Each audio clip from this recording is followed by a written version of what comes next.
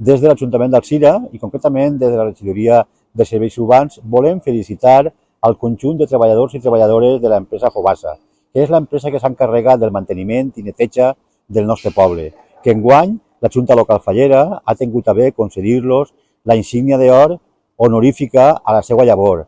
N'hi ha que reconèixer que els treballadors de la neteja sempre estan en cada festa, en cada barri, en cada punt que necessitem, en cada fira.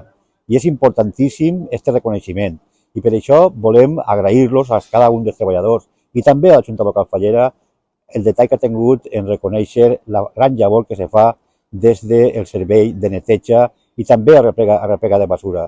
Són importants, són grans treballadors i en aquests moments van a ser visibles, han sigut durant molts anys els invisibles d'aquest poble i sense ells Alzira no estaria neta. Gràcies a ells i enhorabona per aquesta recompensa i insígnia d'or que recibiran el pròxim dissabte, dia 13 de desembre.